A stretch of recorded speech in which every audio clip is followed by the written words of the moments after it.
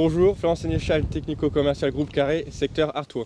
Bonjour, David Boucher, responsable agronomie. Bienvenue pour un nouveau Carrément Plaine spécial implantation des céréales et intervention colza.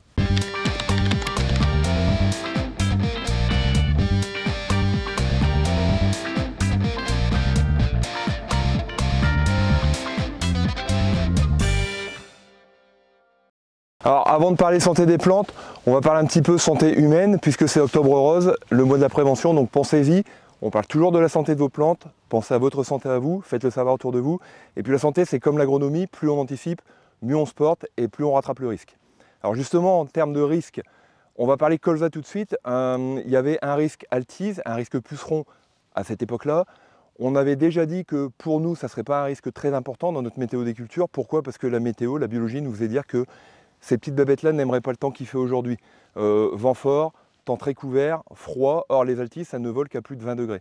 C'est bien la preuve que mieux on connaît la biologie de nos ennemis, et mieux on peut les combattre, et notamment diminuer les phytos qu'on va utiliser. Ce risque-là, aujourd'hui, il est relativement négligeable. Au niveau des colzas, on a des stades qui sont très avancés, au-delà de 8 feuilles, donc là je dirais de toute façon, il est trop tard. On a des colzas qui sont globalement dans la région autour de 6 feuilles. Là, si vous avez un risque de régulation automnale, on peut encore faire un régulateur. Attention, le régulateur, c'est jamais une efficacité qui est monstrueuse. Et puis de toute façon, on va relativiser aussi le risque d'élongation puisque actuellement, on est sur des conditions qui sont beaucoup moins poussantes que l'an dernier.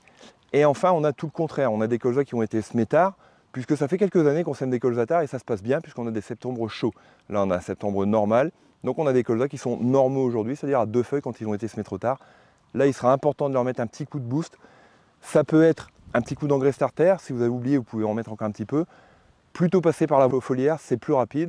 Et puis travailler un produit par exemple comme l'Accréfio, qui vous permet à la fois de stimuler la plante, de la nourrir, et à la fois de stimuler le sol, c'est-à-dire les racines. Et puis le point du moment, clairement en colza, c'est les rattrapages de désherbage.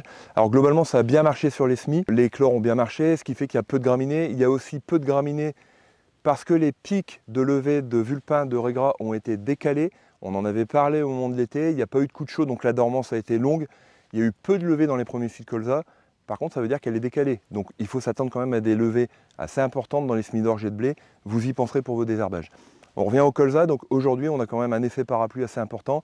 Si vous travaillez en base à l'oxyphène picloram, ça va être compliqué de rattraper des dicotes qui sont planqués en dessous du colza puisque c'est des produits de contact. Mon conseil serait plutôt pour maintenant d'attendre que le colza défolie un peu. On pourra toujours revenir, sauf si vraiment il y a beaucoup de problèmes de dicote dans le champ, on va y aller tout de suite. Et puis si vous avez des soucis de laitron, de chardon, je dirais que pour le laitron c'est un peu tard, il est en dormance, donc on va détruire du végétal mais on ne va pas détruire du rhizome. Pour le chardon, il nous reste quelques jours avant qu'il rentre en dormance et c'est justement le moment de lui envoyer de l'aminopyralide, un produit comme le Ladiva, qui va lui permettre d'aller stocker ce produit herbicide dans le rhizome et donc de détruire du rhizome. Au niveau des graminées, il est encore temps de faire des bases cycloxydim, clétodim pour aller combattre les raigrats, les vulpins. Ne laissez pas la propisamide faire le boulot toute seule si vous avez beaucoup de graminées dans le champ. Si vous en avez quelques-unes, on attend, et on attend les bonnes conditions. Il faut du froid, il faut de la pluie, et sinon on va pouvoir rattraper tout de suite. Dernier point, on peut voir un petit peu de ravenelle, de sanvre dans les champs, ce qu'on appelle un peu les dicotes spécifiques, qui nécessitent de la mésotrione. Dans ce cas-là, on attend impérativement la première gelée pour le colza puisse être endurci. Nous sommes sur une parcelle ici, secteur Bienvilliers, précédent l'Ain. Nous avons constaté des repiquages de vulpins et raigrats. Donc un glyphosate sera fait avant de travailler la terre pour implanter un blé. Il faudra aussi être très vigilant cette année avec la pression aux limaces qui est extrêmement élevée, surtout sur les blés qui seront semés après un colza. Les blés semés dans des terres argileuses, trémoteuses, et les limaces aiment bien s'y cacher. En ce qui concerne les antilimaces, 2 molécules sont présentes sur le marché, les phosphates ferriques et les métaldéhydes. Le phosphate ferrique a pour but de bloquer la digestion de la limace. Donc la limace va pouvoir encore ingérer de la matière pendant 2 jours et va mourir ensuite le ventre plein.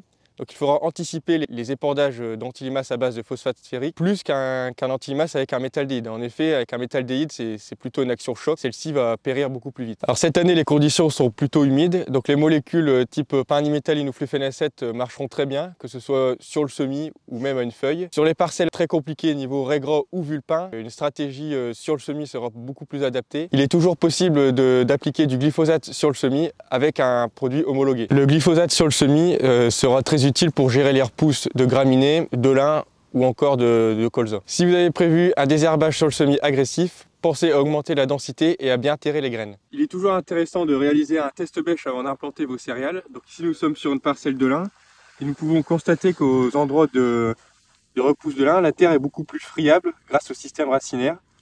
Contrairement aux endroits où il n'y a pas eu de repousse de lin, on observe beaucoup une structure plus par strate. Florian vous l'a bien expliqué, c'est l'agronomie avant tout, la technique. On fait des diagnostics, on anticipe, on regarde les risques. Le risque de l'année 2024, je pense qu'il restera assez universel, c'est les limaces. Les limaces, il y en a partout, il y a une grosse concentration. Donc on va intervenir cette année en pompier. Il y a quand même intérêt à y aller en préventif parce que sinon on peut vite se faire dépasser. Par contre, l'intervention pompier, c'est jamais satisfaisant. Donc pour l'an prochain, dans toutes les parcelles où on aura vu de fortes infestations de limaces, il faut prendre en compte cette agronomie et se dire qu'on a intérêt à détruire les populations le plus possible, donc des chômages au soleil. C'est-à-dire que l'an prochain, le premier levier qu'on va activer dès la moisson, ça sera de mettre les œufs au soleil pour les faire sécher. Et c'est la seule solution à long terme pour casser des cinétiques de population. Sans ça, on va faire un peu ce qu'on peut avec des granulés molluscides, mais ça ne sera jamais très satisfaisant. Merci Florian pour tes conseils très techniques. Nous espérons avoir répondu à toutes vos questions. Et n'hésitez pas à appeler votre technico groupe Carré si vous en avez encore. Et à bientôt pour un nouveau Carrément Plaine.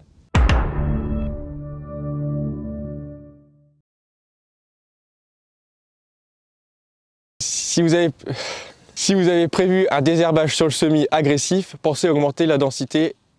Pensez à augmenter la densité quoi. Et oh, putain. Ouais. Attends. T'as pas une bêche Florian? Si. Ah, impeccable. En ce qui concerne les antilimaces, 2 molécules existent sur le marché. Les phosphates ferriques, le phosphate ferrite, le phosphonate ferrique. Je m'embarque dans des trucs des fois, c'est... Merci Florian pour ces conseils très techniques. Nous